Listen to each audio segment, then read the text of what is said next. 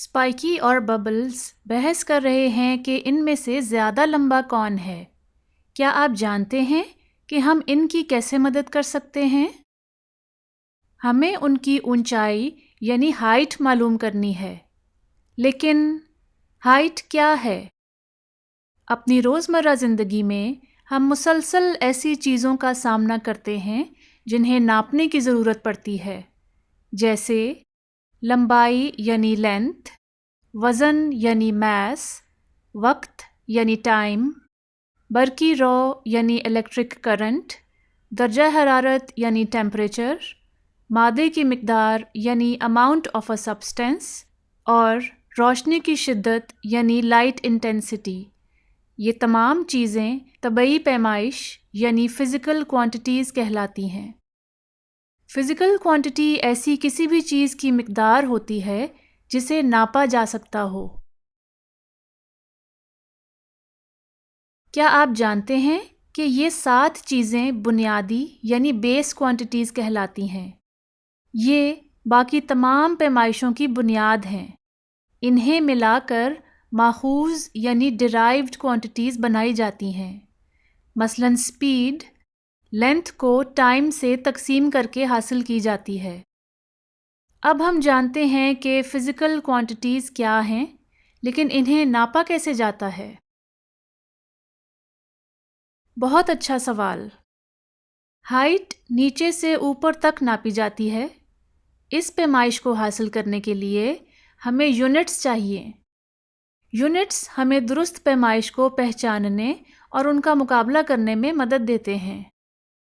دنیا میں موجود پیمائشوں کو سمجھنے کے لیے سائنسدانوں کے اور ہمارے لیے یونٹس کے ایک معیار کے سسٹم پر اتفاق کیا گیا۔ 1960 میں پیرس میں ایسا سسٹم بنایا گیا جو کہ ان فزیکل کوانٹیٹیز کو ناپنے کے لیے استعمال کیا جانا تھا۔ اسے کہتے ہیں یونٹس کا انٹرنیشنل سسٹم یعنی SI۔ مثلاً لینتھ کو میٹرز میں ناپا جاتا ہے، میس کو گرامز میں اور ٹائم کو سیکنڈز میں۔ تو ہائٹ ناپنے کے لیے ہم میٹرز استعمال کر سکتے ہیں۔ اسپائکی کہتا ہے کہ وہ 0.76 میٹرز لمبا ہے، جبکہ ببلز کہتی ہے کہ وہ 61 سینٹی میٹرز لمبی ہے۔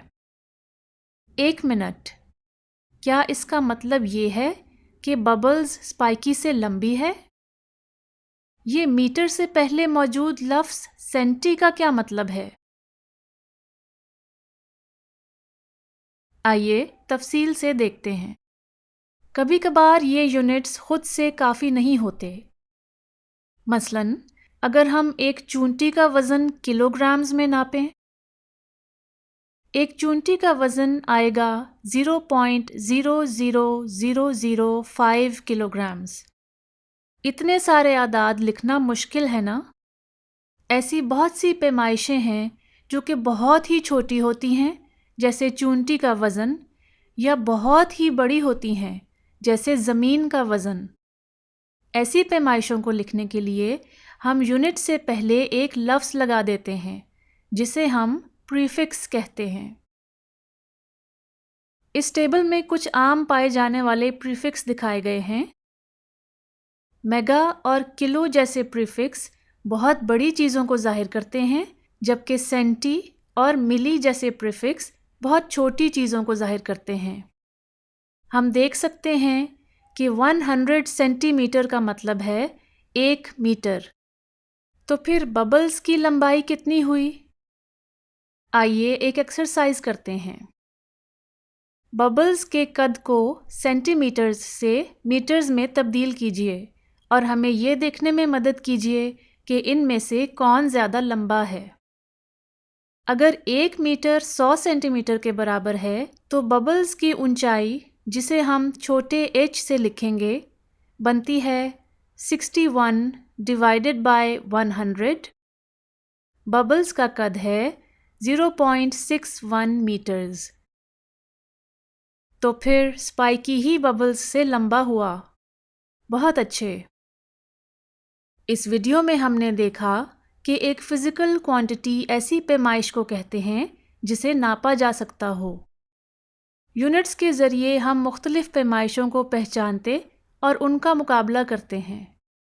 یونٹس کا ایک بین الاقوامی سسٹم موجود ہے جس کا نام ہے SI یونٹس۔